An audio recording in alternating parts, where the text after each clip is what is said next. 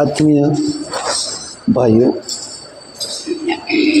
કહેવામાં આવ્યું છે કે જીવનમાં માણસે 4 વસ્તુને ધારણ કરવી જોઈએ. પહેલું છે મનની શુદ્ધતા, બીજું છે વાણીની અંદર પવિત્રતા, ત્રીજું છે માણસના જીવનની અંદર સરળતા, અને ચોથું છે માણસના જીવનમાં પ્રમાણિકતા. માણસ જો પોતે પોતાના જીવનમાં આ 4 વસ્તુને યાદ રાખે તો પરમ પૂજ્ય ગુરુદેવ કહે છે કે મનુષ્યના જીવનને સુખી અને સમૃદ્ધ બનાવી, યશસ્વી, શ્રેષ્ઠ બનાવી અને પોતાના લક્ષ્ય તરફ આગળ વધવામાં અને પ્રભુ પ્રાપ્તિ કરવામાં કોઈ બાધા નડતી નથી. પરંતુ વર્તમાન સમયની મર્યાદાઓ અને સમયના વેણને જોતો આજે મનુષ્યના ચિંતનથી લઈ અને આહાર, વ્યવહાર, ગુણ, કર્મ, સ્વભાવથી લઈ તમામ વિકૃતિઓ માણસના જીવનમાં પ્રવેશ કરી ચૂકી. પરિણામ મનુષ્યની શાંતિ છીનવાઈ ગઈ, મનુષ્યનો સંતોષ, આનંદ, ઉલ્લાસ, પારિવારિક પ્રેમ, પારિવારિક એકતા છિન્નભિન્ન થતી ગઈ. એની પાછળનું કારણ પરમ પૂજ્ય ગુરુદેવ બતાવે છે કે બેટા વાતાવરણ બગડ્યું છે. વાતાવરણ બગડ્યું છે, પર્યાવરણ બગડ્યું છે, અને પર્યાવરણના બગડવાથી પર્યાવરણમાં અશુદ્ધિ, પ્રકૃતિની અંદર ઘણી બધી હલચલો પેદા થઈ રહી છે, પ્રકૃતિ રોષે ભરાયેલી છે. એની પાછળનું કારણ એક જ છે, અને એ છે કે માનવીના જીવનમાં ભક્તિ, શક્તિ, શાંતિ નો સંતોષ અને એના માટે જરૂરી છે માણસનું જીવન યજ્ઞમય બને. અને એટલા માટે કહેવામાં આવ્યું, આપણે યજ્ઞ ભગવાનને પ્રાર્થના કરીએ છીએ, યજ્ઞ રૂપ પ્રભુ હમારે ભાવ ઉજ્જવલ કીજીએ, છોડ દેવે છલ કપટ કો માનસિક બલ દીજીએ. હે ને? આ વસ્તુ બહુ મહત્વની છે, અને એના માટે જ પરમ પૂજ્ય ગુરુદેવે પોતે યુગ નિર્માણ યોજનાની શરૂઆત કરી, ગાયત્રી પરિવારની સ્થાપના કરી. તો એમણે એક જ વાત કરી કે બેટા ઘેર ઘેર ગાયત્રી મંત્રની ઉપાસના થાય અને ઘેર ઘેર યજ્ઞનું આયોજન થાય, જેથી કરી ગાયત્રી મંત્રની ઉપાસનાથી માનવીના વિચારોની અંદર શુદ્ધતા, પવિત્રતા, માણસના વ્યવહારની અંદર આદર્શવાદિતા અને માણસ પોતે સરળ, સહજ અને નમ્ર બને, અને એની અંદર સદભાવ અને સેવાનો ભાવ જાગે. એના માટે ગાયત્રી મંત્રની ઉપાસના અવશ્ય કરવા માટે દરેકને પ્રેરિત કરીએ. બીજી વાત કરી ઘેર ઘેર યજ્ઞ કરવાનું કારણ ઘરથી લઈ વાતાવરણ, ઘરમાં પણ દૂષિત છે. ઘરમાં વાતાવરણ અશાંતિમય છે.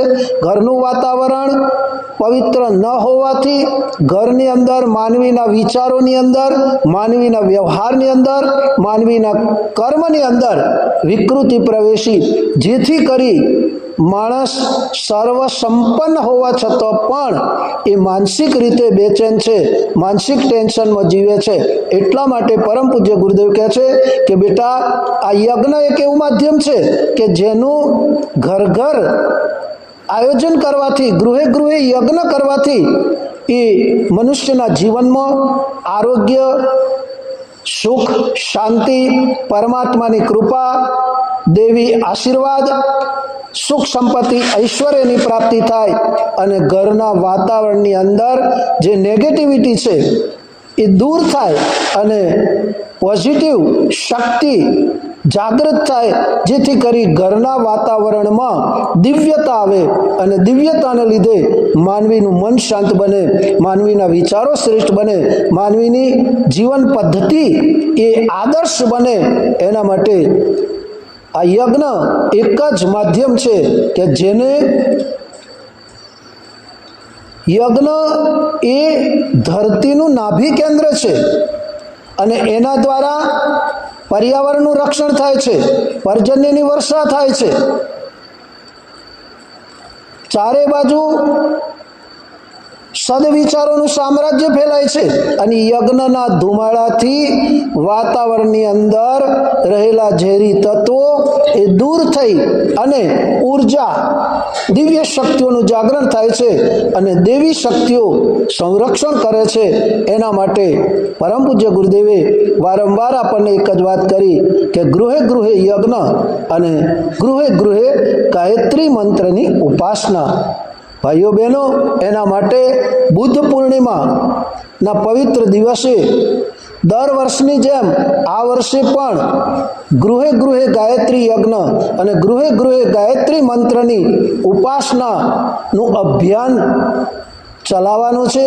એનું કારણ એક જ છે કે આજે વર્તમાન પરિસ્થિતિ યુદ્ધની ભયંકર પરિસ્થિતિઓ છે, ચારે બાજુ ડામાડોળ સ્થિતિ છે, મનુષ્યની આર્થિક રીતે, મનુષ્ય શારીરિક રીતે, મનુષ્ય માનસિક રીતે, તમામ રીતે એ પતનના માર્ગે જઈ રહ્યો છે. ત્યારે એને બચાવવા માટે, વિશ્વ કલ્યાણ માટે, વિશ્વ માનવતાની રક્ષા માટે આ યજ્ઞ એક જ એવું માધ્યમ છે.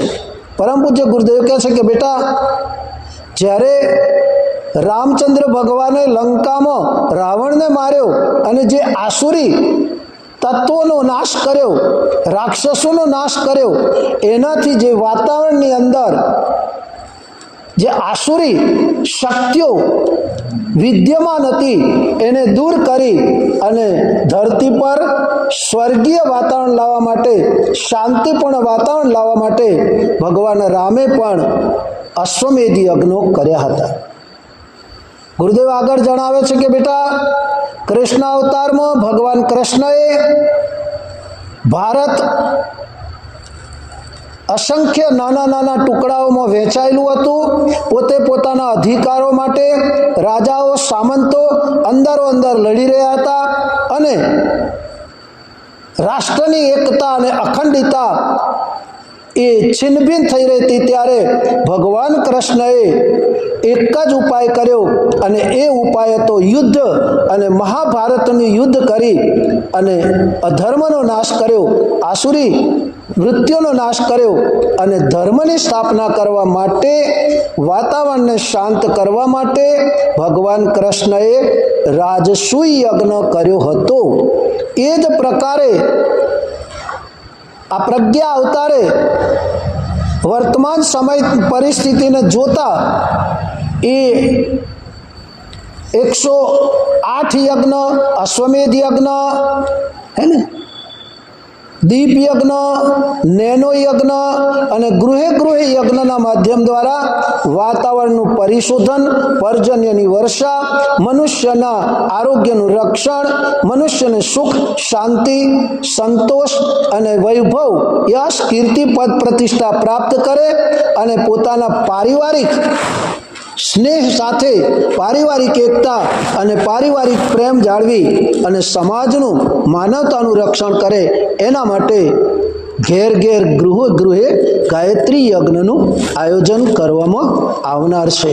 એની અંદર આપણે સૌએ આપણી નૈતિક ફરજ સમજી અને બને એટલા વધારે ઘરોમાં, જ્યાં હજુ પહોંચ્યા નથી ત્યાં નવા ઘરોમાં એ યજ્ઞના માધ્યમ દ્વારા એમને સાચી વસ્તુથી વાકેફ કરીએ, એમને વાત કરીએ કે યજ્ઞ કરવાથી શું ફાયદો છે, મંત્રની ઉપાસના કરવાથી શું ફાયદો છે, સાધના કરવાથી શું ફાયદો છે, એની થોડી ઘણી વાત કરી અને એમને સમજાવીએ તો ચોક્કસ ધરતી પર સ્વર્ગનું અવતરણ, મનુષ્યની અંદર દેવત્વનો ઉદય એ અવશ્ય થશે ને થશે અને નવા યુગનું આગમન સુનિશ્ચિત થશે. એમાં કોઈ શંકાને સ્થાન નથી. તો આપણે પણ આ ગૃહે ગૃહે ગાયત્રી યજ્ઞ અને ગાયત્રી મંત્રની ઉપાસના માટે આપણે પણ કટિબદ્ધ બનીએ અને બીજાને પ્રેરણા આપીએ એવા ભાવ સાથે આજની વાતને અહીંયા વિરામ આપીશું. ઓમ શાંતિ શાંતિ શાંતિ. શાંતિ પાઠ.